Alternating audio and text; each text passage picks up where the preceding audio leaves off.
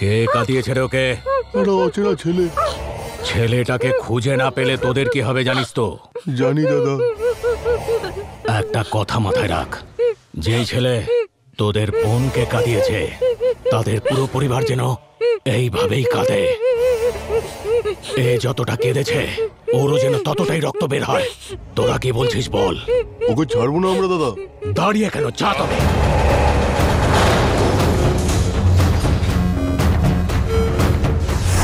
যার বাড়িতে লোকে প্রবলেম সলভ করতে যায় তুই সেখানে প্রবলেম করে চলে এসেছিস। চুপ কর তো, আমি ভুলতে চাইছি আর তুই মনে করাচ্ছিস।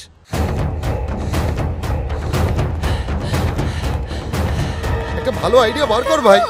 কাকু, এই চিকু, কি হয়েছে বাবা? আমাদের বাড়িতে গুন্ডা এসেছে। আমাদের বাড়ি? বাবাকে। আরে কি হয়েছে বল না।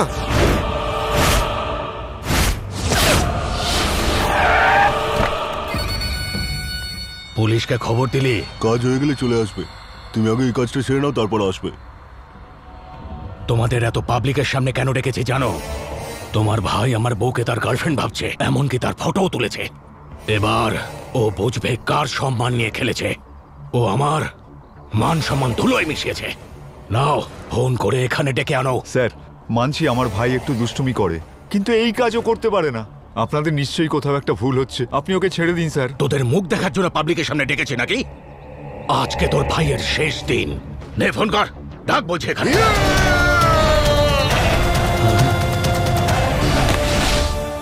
ভাই ভাই ভাই, সব আমার দোষ। এরা একদম নির্দোষ। যা শাস্তি দেওয়ার আমাকে দিন। এই নির্দোষ মানুষগুলোকে ছেড়ে দিন। ওহো, তুই আমার বউয়ের ফটো তুলেছিলি না? ফটো ভালো এসেছে তো? ভালো লাগছে তো? হ্যাঁ হ্যাঁ রে, গোটা শহরের সবাই আমার ফটো তোলার জন্য লাইন দেয়, আর তুই আমার বউয়েরই ফটো তুলে নিলি। দাদা, আমি জেনে বুঝে এটা করিনি। একটা মেয়ে নিজের নম্বর বলে আপনার নম্বর দিয়েছে। এনাদের কোনো দোষ নেই, আমাকেও ক্ষমা করে দিন। তোকে ক্ষমা করে দেওয়ার জন্য এখানে ডাকিনি। আজ তুই এখান থেকে বেঁচে ফিরবি না। ও তো বলছে ও আর করবে না, ছেড়ে দিন না স্যার। ছেড়ে দেবার হলে এতগুলো লোক ডেকে কি আমি সার্কাস চালাচ্ছি? স্যার, আপনার পায়ে পড়ছি স্যার, এরকম করবেন না প্লিজ প্লিজ স্যার, ছেড়ে দিন না স্যার।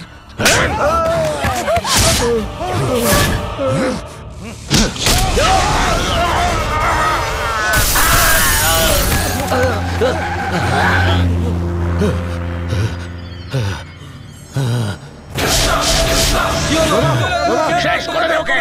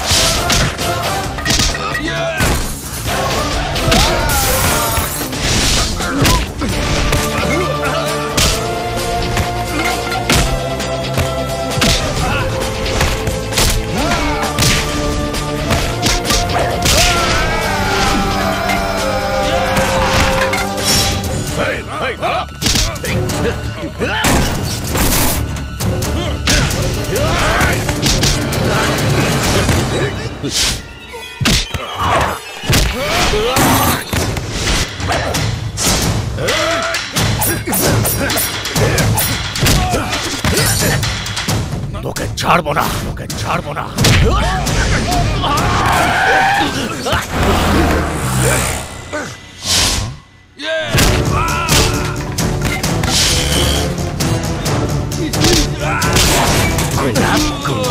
একটা লোকের কাছে মার খায়, ছাড়বো না আমরা দাদা। যা গিয়ে আমার মার।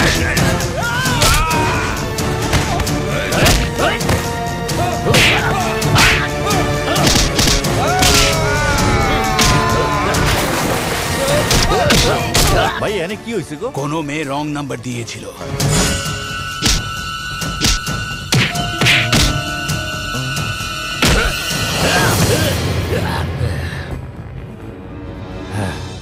তোরও একটা পরিবার আছে, তাই তোকে আজকের মতো ছেড়ে দিচ্ছি। এরপর যদি আমার পরিবারের দিকে আর কখনো চোখ তুলে তাকাস না, তাহলে তুই আর পরের দিনের সূর্য দেখার জন্য জীবিত থাকবি না। মনে রাখিস।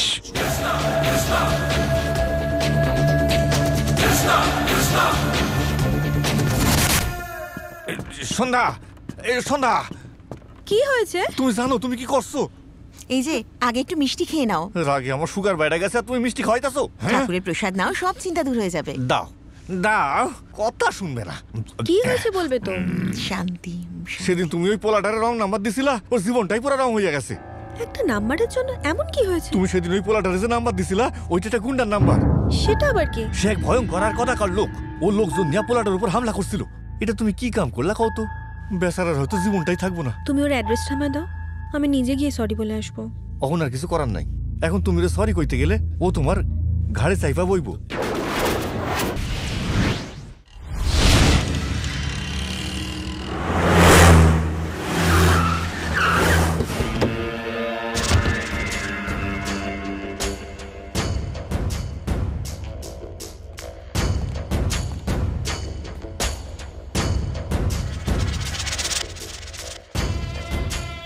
দাদা বল রে, মেয়েটাকে কোথাও পেলাম না।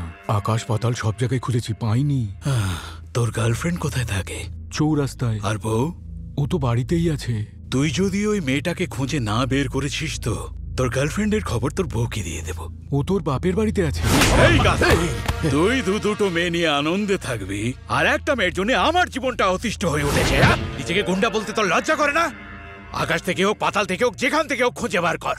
আমি এত কিছু শুনতে চাই না। যে করে হোক মেয়েটাকে এখানে খুঁজে এনে দে। উঠে দাঁড়া। এই দাদা, মেয়েটাকে খুঁজে না পাওয়া গেলে তোকে কিন্তু খুঁজে পাওয়া যাবে না, মনে রাখিস। হ্যাঁ দাদা। নীরবতা পালন করছো নাকি? কিছু বলছো না কেন? বলার মতো কিছু রেখেছিস তুই? এতদিন ঘরে বসে আমাদেরকে জ্বালাতিস, এখন লোককে জ্বালাচ্ছিস। মা আমি অফিস গেলাম। শুনেছিস? দেখো অফিস যাচ্ছে। হ্যাঁ হ্যাঁ, যাচ্ছি ওর ক্লাস নিতে। আরে দাঁড়া পাপু, ব্রেক মার। 5 স্টার হোটেলের ওয়েটার দেখাচ্ছিস আইটি কোম্পানির ম্যানেজার। আরে তোর জন্য ভেতরে প্রতিদিন আমার ক্লাস শুরু হয়ে যায়। আরে ছোটবেলার ওই দিনগুলোকে ভুলে গেছিস? যখন প্যান্টের দড়িটাও বাঁধতে পারতিস না, তখন সেই জবটা আমাকে দিয়ে করাতিস। আর যখন নিজে জব পেয়েছিস আমার প্যান্টের দড়ি ধরে টানছিস। তোর কথা তোর মায়ের বদলে অন্য কারো কানে গেলে তোর কান গরম করে দেবো। চল ভাগ। চালানার দম নেই, আটানার আওয়াজ। হ্যাঁ রে, কেউ কথা না শুনলেই তাকে মেরে দিবি? ওকে তো ঠান্ডা মাথায় বোঝালাম। দাঁড়া, হয় এবার তুই চাকরি খুঁজবি, নয়তো নিজের ব্যাগপত্র গুটিয়ে নিয়ে বেরিয়ে যা। এই, ও বেরিয়ে কোথায় যাবে শুনি? সারাদিন তুমি ওকে মাথায় তুলে রাখছো। আরে তুমি একদম চিন্তা করো না, কাকু ধরে সবাইকে মেরে দেবে। দেখেছিস, এও দিন দিন তোর মতোই হচ্ছে। এই শহরে তুমি ছাড়া সবাই আমার মতোই। তোমার থেকে বেশি এক্সপিরিয়েন্স আছে আমার। কারোর ভয়ে আমি শহর ছেড়ে পালিয়ে যেতে পারবো না। তোমার ওপর যে হাত তুলবে তাকে ছাড়বো না। বেশ খরচা করেছে বাড়িটাতে। ওর টাকা ও খরচা করেছে তো কি? আরে বেশি কথা বললে না তোর আঙুলটাই আমি ভেঙে দেবো এবার। আরে না মানে বৌদির অনেক বড় লোক, এটাই বলছিলাম। বলতে থাক, ওর প্রশংসা তো আমি সারাক্ষণ শুনতে পারি। ভাই এই বাড়িটার মেন দরজাটা কোন দিকে আছে? যেদিকে তাকিয়ে আছিস ওটাই হচ্ছে মেন গেট। ওই গাধাটা আবার কে দেখতো? হ্যাঁ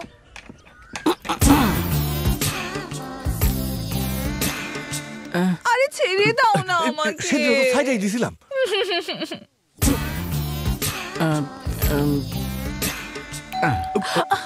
আরে ঘন্টাটা হইছে, যখন তখন পয়সা উঠে। আমি আইতাছি। আরে খারাপ ভাইয়া, খেলা হইব খেলা হইব। যখন তখন ঘন্টা বাজাও কেন? অফিসে যাচ্ছিলাম, ভাবলাম আশীর্বাদটা নিয়ে। ঠিক আছে, কিন্তু তার একটা সময় থাকা দরকার।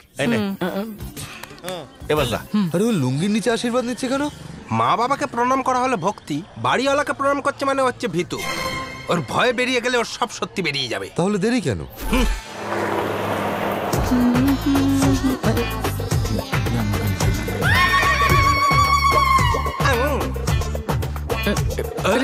দেখে দেখে। High high. মনে হচ্ছে আপনার হুলিয়াটা কোথাও দেখেছি। নামটা কি আপনার? ধারা সিং। দারা সিং। তো কোথায় থাকেন? ওই যে সামনে চৌরাস্তার মোড়ে। চৌরাস্তার মোড়ে? ছোটবেলার বন্ধুদের নাম মনে আছে আপনার? মনে আছে অবশ্যই। তাহলে আপনি চটপট বলে ফেলেন দেখি। হরি, শ্যাম, ভোলা, রমেশ বাবু। আরে আমাদের দারা। আরে কি আপনি? আরে আমাকে ভুলে গেলি, আমি তোদের হরি। তাই নাকি? তাহলে আর বাকিরা কই? চিয়ার্স। এদেরকে দেখো, এরা তোমার ছোটবেলার বন্ধু। আচ্ছা, কিন্তু আমার সন্দেহ হচ্ছে। এখানে আবার কিসের সন্দেহ? তোমাকে সবাই চেনে বলে তুমি সবার সাথে বসে। নামগুলো সেম থাকলেও মুখগুলো কেমন যেন বদলে গেছে। আরে আমরা চেঞ্জ হয়ে গেলে তুই কিন্তু একই রকম আছিস। সেই ছোট্ট চুল, ছোট্ট গোপ, একই রকম। আরে কয়লার খনিকে এসব কেউ বলে? কারেক্ট। এই মানে আমি দেখতে অত খারাপ নাকি?